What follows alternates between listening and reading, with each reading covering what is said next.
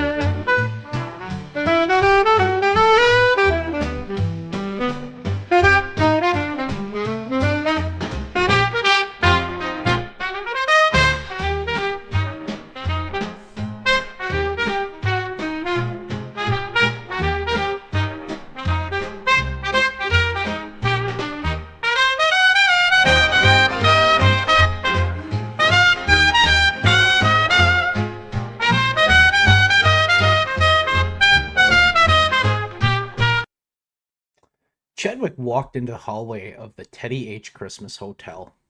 It was 8 a.m., and Chadwick had surprisingly been awake for an hour already. Kate was getting ready for the day. Chadwick saw the door to Doug's room open. Doug, with a huge smile on his face, took a few steps into the hallway before he noticed Chadwick. "Brohim!" Doug yelled excitedly. Chadwick nodded at him. "Brah, sup?" he asked Doug. "Bromancer, thanks again for last night. You really had my back," Doug said, his excitement noticeable. "Brah, no problem. I'm just glad you two found one another," Chadwick replied. "Brohim, it means a lot. You've always had my back. Thank you for being such an amazing friend. Such an amazing bro," Doug said as he gave Chadwick a huge bro hug. "Brah, no problem," Chadwick said. The two shared a bro hug in the hallway for 3.5 minutes. Kate opened the door to the room and walked out. Moments later, Eva made her way out. The four stood in the hallway and discussed their plans for the day. "Chatty Poo and I are going to go to the Jersey Art Museum," Kate informed anyone who was listening as she grabbed Chadwick's hand. "Doug Bear and Eva go to casino. Doug Bear going to hit big on blackjack," Eva said as she patted Doug's shoulder. Doug beamed from ear to ear. Just then, the door to CM and Jeff's room swung open. Jeff walked out in a huff and CM followed. "Come on, Jeff. There's no way you would make it on American Idol. You can't even speak," CM pleaded with Jeff. Jeff looked at CM and shook his head. "Bruh, what are you and Jeff doing today?" Chadwick asked CM. "Oh, yeah, sightseeing," CM said as he held up an old disposable camera. Kate gave CM a confused look. "Don't you have a phone with a camera?" Kate asked. "Sure I do," CM responded. "But I don't want the government to see what I'm taking pictures of." Everyone looked at CM. Then everyone stopped and looked at Jeff. Kate spoke again. "You know what, CM? I think that actually isn't a bad idea," Kate responded as everyone else nodded in agreement. The tour bus Jeff and CM got on to learn about Pachetti Grove, New Jersey, was lacking a true top. It was an open-seat bus. On the side, written in bright green to contrast the black bus, were the words, "Jersey Bus Tours." A man standing in front of the bus held a microphone. He was wearing a pale blue jacket that said Official Jersey Tour Guide. The name tag on the shirt said Ricky. "Hey, yo, welcome to Jersey Bus Tours. I'm Ricky. I've lived in Jersey for the past 53 years, he started. The tour had some confusion as Ricky appeared to be under the age of 30. "I was born in 1997 right here in Jersey, but, first fact of the day, time moves by faster in Jersey. So while I'm legally only 28, in Jersey I'm 53. It's a Jersey thing, you wouldn't understand." The bus was filled with mass confusion as everyone looked around trying to put together what was just said. The brakes of the bus came to an abrupt, squeaky halt. The bus stopped in front of a statue. The plaque read, "Garibaldi F. Pachetti, So yeah, this is a statue of Garibaldi F. Pacetti. He founded this state and the entire continent of North America in 1807. He proclaimed this Josie and no one dared argue with him, because he was a Pacetti. It's a Josie thing, you won't get it, Ricky explained to the group. Wow, what a nice statue, Jeff. Get a picture, CM said to Jeff. Jeff started snapping pictures. Hey yo, welcome to the Jeffrey Casino. How may we help you mucks today? The person at the desk asked Doug and Eva as they entered the casino. Oh, thanks so much, sir. My fiance and I would like to get some tokens so we can play for a while, Doug explained. The worker stared at Doug and then looked at Eva. She agreed to marry you? The worker asked. Wow, okay. See something new every single day around here. Here's some Jersey tokens. They're only good in Jersey, but everywhere else sucks, so they're just good. Doug took the $300 worth of chips as he gave the worker a look and walked away. This is such a weird place, Doug said to Eva. Eva, agree, Doug Bear, Eva said. The two walked past the slot machines. The slot machines were filled with elderly people. It was like a morbid production line. Insert quarter, pull lever, wait, lose, and repeat. Every so often someone would win, and as the coins fell into the tray, the person who won would scream, Jersey, at the top of their lungs before inserting another quarter. It was a bleak, dark world, but Doug was looking to cash out. Okay, Chatty Poo, this is the Jersey Art Museum. It houses some of the finest art that is either Jersey-themed or was created by people from New Jersey, Kate said excitedly. Chadwick was not feeling her excitement about the art museum.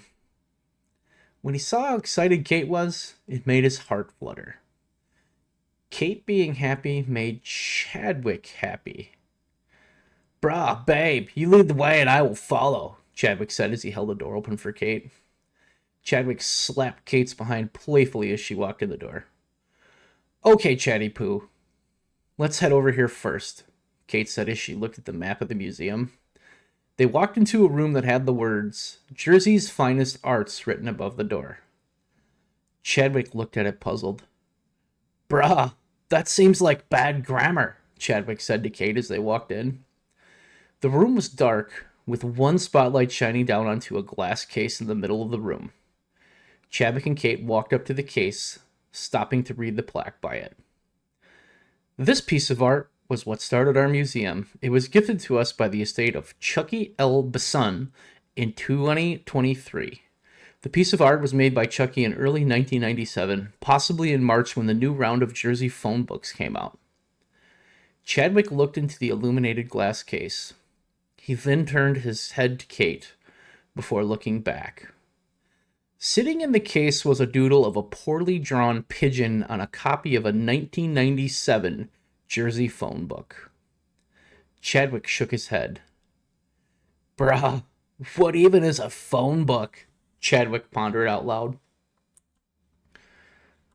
Yo, get some fresh and hot pastacholi right here. Genuine made in Jersey in front of your freaking eyes, a man screamed standing behind his food cart.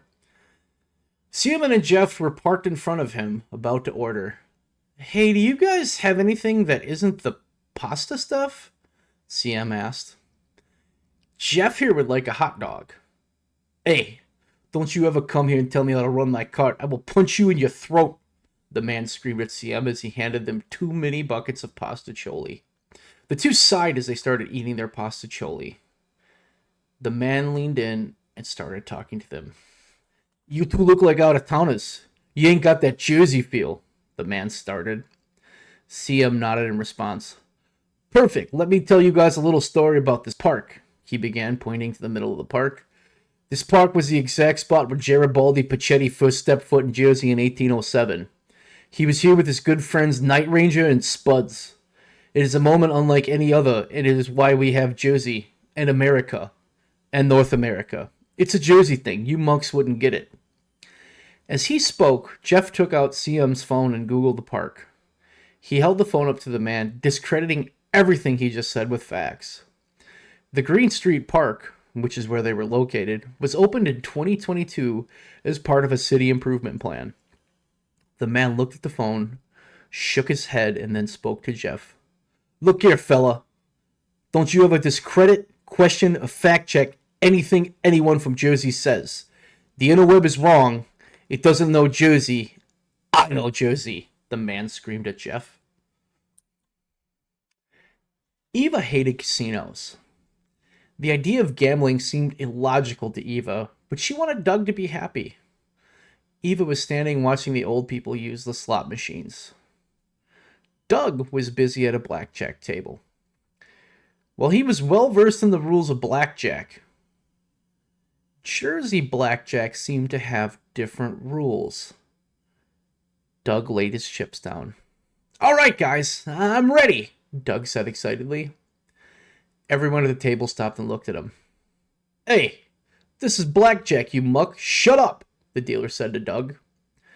Doug decided to put a $100 bet on the first hand. The dealer started dishing out the cards. Doug's first card was a jack of spades. His second card was an ace of hearts. Blackjack! Doug hollered as he grabbed the chips and pulled them towards his chip pile. The dealer quickly grabbed the chips. Hey, this is Jersey blackjack. You didn't win because you ain't from Jersey, the dealer said as he took the chips away. What? I had 21. I won, Doug pleaded with the dealer. 3 men in black suits walked up and grabbed Doug, picking him up and carrying him outside. 2 of the men grabbed Doug's arms while the third pulled out a club. You out-of-towners, you're getting Jersey, the man screamed at him. Before he could strike Doug, a shadow overtook the group. The man looked up and saw Eva, who smiled at him. Leave Doug Bear alone or die, Eva said to the man. Hey, this is Jersey. We'll kick both your asses, the man said as he swung the club at Eva. With one hand, Eva caught the club before picking the man up and throwing him over a fence. The other 2 lunged at Eva, and seconds later were lying in a heap. Doug, who was cowering in a fetal position, stood up and hugged Eva. Oh my God, thank you, E. I love you so much, Doug proclaimed. This town sucks, E. We really need to get out of here. This is a very odd museum, Chatty Poo, Kate said as they continued their way through the exhibits. Bruh, yeah. I don't know if ketchup on a napkin is art, Chadwick said with a chuckle. Kate sighed. Chadwick put his arm around her and whispered in her ear, Bruh, I'm with the best looking piece of art in this whole place, Chadwick said with a smirk. Kate turned bright red. You, Mr. Chatty Poo, are quite the slick talker, aren't you? Kate asked with a smile. The 2 shared a quick kiss in front of a sandwich taken from Jerry O'Keefe's fridge that got moldy and kind of looked like an outline of Elvis. This is a bad museum, Kate said as she shook her head. Yeah, well, that's because everything in this place is bad, a voice whispered out of the shadows. Bruh, what? Chadwick asked the man who could not see. I said this place is bad. It's full of insane people who never listen and just make stuff up as they go, the voice said. Bruh, who are you?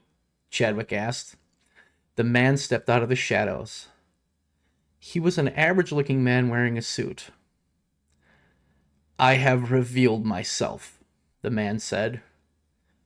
Chadwick and Kate looked at one another. Bruh, don't reveal yourself, Chadwick responded.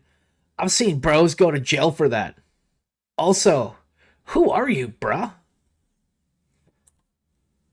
My name is Vincent Mercutio Pichetti, the man said to Kate and Chadwick. You're the guy everyone here hates, Kate said. Yeah, trust me, I'm well aware of it, Vinny said. Bruh, Polly and Cheryl told me that you suck, Chadwick said as he looked at Vinny. You seem like a totally normal person, Kate said reassuringly. I mean, I am, Vinny said. This town, it's insane.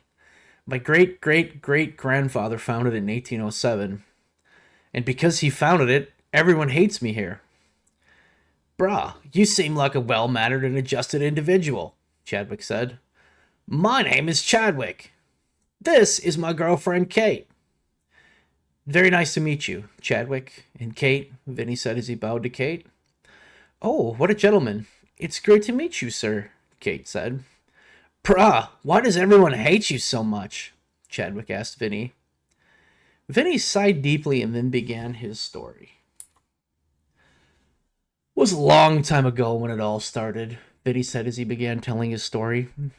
Cheryl and Polly were always so angry. We grew up together. They lived on the other side of the train tracks. I lived in the big mansion over on the hill, which is the only house on the other side of the train tracks, which may be why they hate me. When we were young, they were always yelling about Jersey and Jersey things. I thought they was just how Jersey always was until I went a town over. This place is just stupid, and so are all of the people. But it's my family's pride and joy. No one in any other part of Jersey acts like this. As far as Polly and Cheryl and their issues with me, that is just stupid. We were playing on the playground and she challenged me to a race. I was only 6 years old. I didn't know anything. It is a Jersey custom, I guess, to always let the person who challenged you to a foot race win. I didn't know that, and it's not my fault I'm faster than her. After that day, they've always hated me. Nothing has changed. I tried everything. And then they made the whole town hate me. I've gone out of my way to make it better. I give money to charity. I help the community. I even got involved in the mayoral race to make the city better. But they didn't listen. They elected Frick Frackerson, and he committed 36 felonies in his first week of office and was removed. I told them all that. I've tried so hard to make this town better and make these people not treat me like I'm the worst person ever. I literally hate this town, but I'm stuck because of my family. Bruh. Whoa, Chadwick said as he listened to Vinny's story. That is terrible. I wish there was a way we could help, Kate said, trying to ease Vinny's hurt. Bruh, no, Chadwick cut in. We can help, Vinny. We can go talk to Polly and Cheryl and get them to come talk with you and clear the air. I will, totally be the mediator. Kate looked at Chadwick. Sidebar, Kate said as she grabbed Chadwick by the ear and pulled him aside. Chatty Poo, I told you we're not getting involved with those insane people ever again, Kate whisper yelled at Chadwick. Bruh, babe, I know. But, he's super sad. I want to help him, Chadwick replied. Kate could see how bad he wanted to help. She let out a big sigh. She then turned back to Vinny. Mr. Pachetti, sir, we would love to help you. My boyfriend and I will go get them and bring them to you. Where would you like to meet?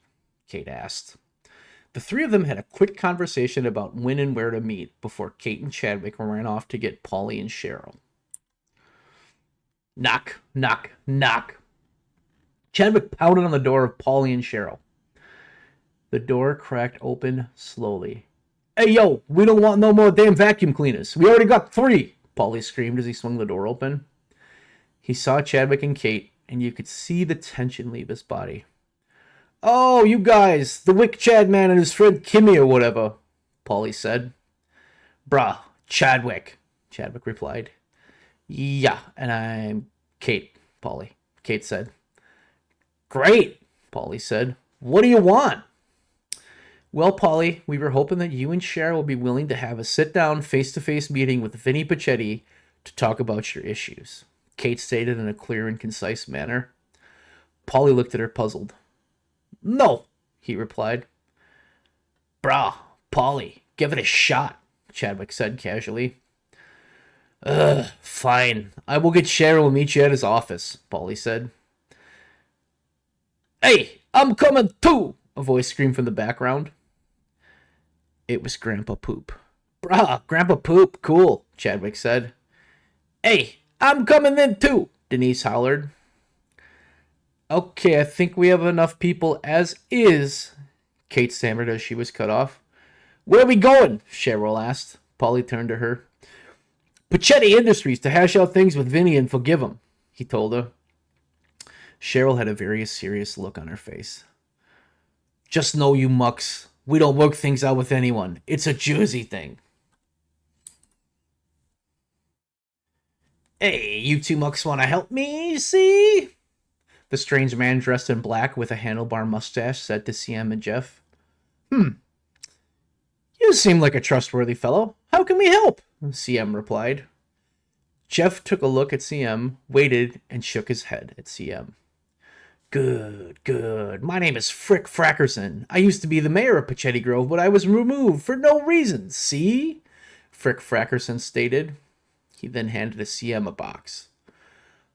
All I need you to do is hold on to this box. I'll be back in 2 hours and I'll give you both $50, see? Frick said. Awesome, CM replied gleefully. CM and Jeff sat on a park bench waiting. After 15 minutes, a strange man walked up. He was wearing black shoes, black jeans, a black sweatshirt with the hoodie pulled up, and a pair of black sunglasses. Hey man, are you the guys with the package from Frick? The man asked. CM and Jeff turned to one another, confused. Jeff turned, looked at the man, and nodded. Great, the man said. He then pulled out a radio. We got him. I repeat, we got him. Suddenly, a large black van pulled up. The side of the van said FBI in bright yellow letters. CM and Jeff turned and looked at one another. They were surrounded by 23 police officers with guns drawn. Oh, shit, CM said, his voice trailing off as the amount of trouble he was truly in set in. As CM lifted his hands, Jeff smiled. He then proceeded to projectile vomit at the police officers, as the street vendor Postacholi didn't sit well with him. Or anyone who ate it, really. In the confusion, CM and Jeff bolted out of the park and ran down an alley before diving in a dumpster to conceal themselves. CM and Jeff had learned an unfortunate lesson that everyone in Jersey knew, even if they ignored it for some reason. Under no circumstances can you ever trust Frick Frackerson. How many flights have we gone now? Doug asked through deep breaths. Still 2, Doug Bear, Eva responded with a smile on her face. The two were climbing to the top of Pachetti Towers, the tallest building in the town with a beautiful rooftop garden and glass skywalk. Okay, 2, Doug huffed. How many more? 10 more, Doug Bear, Eva chuckled. 37 minutes later, they reached the top. Doug, who was completely out of breath and profusely sweating, wiped his brow before he spoke. Wow, it's beautiful, Doug started as he turned and looked at Eva in the eyes. But not as beautiful as you. Doug Bear very frisky, Eva said as she snarled at Doug playfully. Before Doug could respond, he was tapped on his shoulder. A small man in his 70s was glaring at Doug. Excuse me? Doug asked. The man pointed at a sign. The sign read, quoted in shocking verbatim, "No sweating allowed on roof. It's a Jersey thing." What? Doug asked, his confusion noticeable. Eva patted him on the shoulder. We leave now, Doug Bear, she said as she comforted him. Eve, this place really sucks. When can we go home? Doug asked sadly. Eva put her arm around him. Soon, Doug Bear. We all want to go home badly, Eva assured him. The two sadly walked down the stairs, with Doug's profuse sweating increasing with each step. As Eva and Doug walked back down the stairs, the elevator was packed and moving upward at an alarming speed. Is this thing supposed to go this fast? Kate asked no one in particular. The elevator seemed to be moving quicker and quicker. Is there a stop button? Kate again asked. Well, really anyone? No reply. It's weird how we're moving so fast, yet taking so long to get to our floor. It is similar to the way the light gets bent by gravity, but everyone knows all about that. Yet, Chadwick started babbling. Maybe the blood was flowing too quickly to his head. Suddenly, the elevator stopped and everyone was thrust upward, violently thrusting upwards as their heads smashed into the ceiling of the elevator. Just what I expected out of a Vinny Pachetti elevator, Polly spat. What a piece of garbage, Cheryl growled. The group was walking towards the office of Vinny Pachetti. Why are we here? Grandpa Poop asked. Oh, well, sir, we're just going to talk to Mr. Pachetti and see if we can straighten things out, Kate said as she gently patted Grandpa Poop on the shoulder. Grandpa Poop quickly pulled away. Don't you patronize me, broad, he screamed at her. Kate slowly backed away and slid behind Chadwick. Brah, let's be positive and try to go in with an open mind, Chadwick said to everyone. Everyone looked at him and tried to think about what he said. Denise, breaking the silence, reached into her shoe. I'm still bringing my shank, just to be safe, she said as she tucked the knife into her purse. The group walked into the office of Vinny Pachetti. It was a large room with a conference table on one side, a desk on the other, and 3 couches in the middle. Vinny was standing in the middle of the room waiting for everyone. Welcome, welcome, everyone, Vinny said happily. I am so excited that we're getting the chance to sit down and discuss everything. It was so long ago, I'm glad we can finally talk about it. Hey, your office looks like it was decorated by a taxi driver with the wrong glasses prescription, Polly spat at Vinny. Yeah, this rug looks like utter crap. What kind of awful print is that? Cheryl said mockingly. Cheryl? Vinny asked. She looked him dead in the eyes. What? She growled at him. He reached down, picked up the rug that Cheryl was complaining about, and handed it to her. You dropped your coat, Vinny replied shyly as his eyes darted away from any and all eye contact. Look, Cheryl, Polly, I'm sorry, Vinny said sincerely. Denise opened her purse and pulled out her homemade shank. Polly, Cheryl, grab him! I'll cut him! Denise screamed. Grandpa pulled a pair of brass knuckles out of his pocket and quickly placed them on his fingers. Vinny quickly jumped behind the couch. Stop! Kate screamed. Everyone in the room was quiet and focused on Kate's. Look, Vinny hasn't done anything wrong. You guys are mad about something so ridiculous from so long ago, Kate pleaded with Polly and Cheryl. Guys, I am sorry. I've always wanted to be friends with you and bury the hatchet, Vinny pleaded. Hey, the only place we'll bury a hatchet is in your back, Cheryl screamed at Vinny. He has done this city a great injustice by existing, Grandpa Poop hollered. Everyone, this is insane. You're mad at him for something he did as a child, Kate pleaded. The Pachettis have been a bane on the existence of New Jersey since Jersey was Jersey, Denise screamed. Everything had devolved into utter chaos, and Kate simply couldn't keep control. All right, enough of this, Polly stated coldly. Let's put an end to this now. All in favor of killing Vinny with a bare hand screamed Jersey. Polly, Cheryl, Grandpa Poop, and Denise all screamed Jersey. Kate shook her head. All appeared to be lost. As Kate gave up, Chadwick stood up and cleared his throat. Finally, Kate thought to herself. Hopefully Chadwick can say or do something to help. Brah, guys, ladies, come on, Chadwick pleaded. That was it? Kate thought to herself in stunned silence. Chadwick's words made the room silent. Polly digested Chadwick's words, taking each one of them in and processing them with all the brain power his Jersey brain had. Polly started nodding. Yeah, you know what? Chadwick here is right, Polly said. Vinny, we accept your poor apology. We will be the bigger people and move on. Yeah, okay. Polly, I agree, Cheryl said. Vinny looked at the two of them in utter shock. Brah, we worked it out, Chadwick said. Polly grabbed Vinny's hand and shook it aggressively. Hey, Vinny, we're sorry for how we treated you, Polly said. No, absolutely, Vinny said, relieved. I'm just glad we can move past all this and grow as a community. Perfect, Cheryl said. I mean, some things won't change. Hey, yeah, we're still gonna endlessly mock you and make fun of you, and probably threaten bodily harm and death. But that's because we love you. It's a Jersey thing. You wouldn't understand, Polly said with a laugh. Hey, wait, actually, Vinny said as he followed Polly and Cheryl out of the office. Chadwick smiled at Kate, who shook her head at him. Chatty Poo, you are a big softy, Kate said with a smile.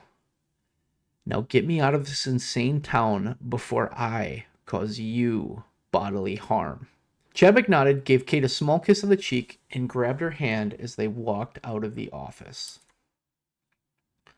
What a day, Doug said as he walked back to the hotel with Eva. As the door opened, they saw Jeff and CM sitting on the couch in the lobby. They looked as if they'd been through a small skirmish. Whoa, you two potato chips good? Doug asked. Jeff turned and looked at Doug, looked at his feet, and then shook his head with an angered no. Hey, if you ever meet a guy named Frick Frackerson, do not listen to him, CM pleaded. You trusted a guy with that name? Doug asked, clearly confused. The door swung open again, and Chadwick and Kate made their way into the lobby. Brah, sup? Chadwick asked everyone. Everyone looked at Chadwick. He could see how tired, uncomfortable, and just done with Jersey they were. Brah, let's get our luggage and leave Jersey behind, Chadwick said. Everyone nodded and slowly stood up. This place sucks, Kate muttered as she walked towards the elevator. The next 10 minutes saw everyone collect their luggage and get ready to leave. Chadwick waved down another Jersey taxi, and they hopped in, so close to being home. Look, just take your plane ticket and get on the plane, please, Kate pleaded. She was done with the trip and the insanity of Pachetti Grove, New Jersey. Everyone took their tickets. Jeff grabbed both his ticket and CM's. Hey, Jeff, can I have my ticket? CM asked. Jeff looked at him, then looked down at his ticket before looking back at CM and smiling. Moments later, CM was being loaded into a baggage cart and driven away. The whole group was tired, physically and mentally. Being away from Red Lawn Cove for that long made them all homesick. Being in Jersey with all of its quirks and craziness simply made them all crave the comforts of home. As they boarded the flight, everyone was ready for a return to normalcy, sleeping in their own beds, being in their own homes, and relaxing the way they chose, all without anyone screaming about Jersey at them. It was time to go home. The plane touched down safely at the Red Lawn Cove Airport at 7:47 p.m. Everyone went to retrieve their luggage. CM was being carried away by a man when Jeff stopped the man, pointed at CM, and then pointed at himself. The man apologized and handed CM to Jeff. When the group got outside of the airport, Doug dropped to his knees and kissed the ground. It is so good to be home, Doug spouted out gleefully. Now we can get back to normal and relax. Eva and Doug got into his van and headed back to Doug's trailer. CM and Jeff were having an argument by the tow truck. No, Jeff, you cannot drive. You have no license, CM pleaded with Jeff. But 2 minutes later, CM handed the keys over to Jeff with a sad, defeated look on his face. Kate and Chadwick made their way to Jethro. I'm just glad we're finally home. What a weird trip, Kate said to Chadwick. Bruh, radio contests, Chadwick replied. As Chadwick and Kate got on Jethro, Chadwick stopped and picked Kate up in his arms. Bruh, Kate, I just wanted to say that you mean the world to me, and I love you more than anything, Chadwick said. Kate looked at him, surprised by the moment. I love you too. I don't know what I'd do without you, she replied as she leaned in and gave him a kiss. Bruh, I'm just excited to start a life with you, to do things and get stuff, you know? Chadwick asked. It was a very vague statement, yet somehow deep and exciting for Kate. Such a wordsmith, but yes, I'm excited for everything as well. You make the world so freaking awesome, Kate said with a smile. Bruh, let's get home and take care of what we need to take care of, Chadwick said with a smile. They raced home on Jethro, ready to take on life together. After being home for 2 hours, Chadwick made a retreat to the garage to hit up his stash of River Rage. Bruh, babe, grabbing a River Rage, Chadwick hollered as he walked out of the room. What? Sure, yeah, whatever, Kate sleepily said. She was already half asleep in bed. Chadwick made his way down to the garage, opening the door and admiring Jethro. What an awesome bike, Chadwick thought to himself. He picked up an old rag and wiped down the gas tank. Perfect, he thought to himself. Chadwick was deep in a moment of self-reflection. I have an awesome life. I have a killer dirt bike. I get to live here. I get to be with Kate. Bruh, you got it made, he thought as he beamed with pride. Chadwick's world had managed to come together. Things were starting to make sense. Chadwick opened the fridge and saw it was empty. Bruh, weak, he said out loud. He was sure he had left a case in the garage fridge. Bruh, now I gotta make a midnight River Rage run, he thought to himself. He knew Kate was asleep, as was everyone else. Chadwick hopped on Jethro, hit the ignition, and drove off in the night in search of more River Rage. Jethro pulled out of the garage quickly, with Chadwick steering him towards the nearest convenience store. The house was quiet and dark. Kate was asleep. Alvin was watching Law and Order in the living room. Amelia was sipping a nighttime tea in the kitchen. Dennis was in his quarters reading a book about ancient Greek philosophy. Everything was normal and calm. What no one noticed was the dark figure hiding behind a tree in the front yard. The figure rubbed his hands together before pulling out his phone and typing a message. Its message was simple. It's time. Go now.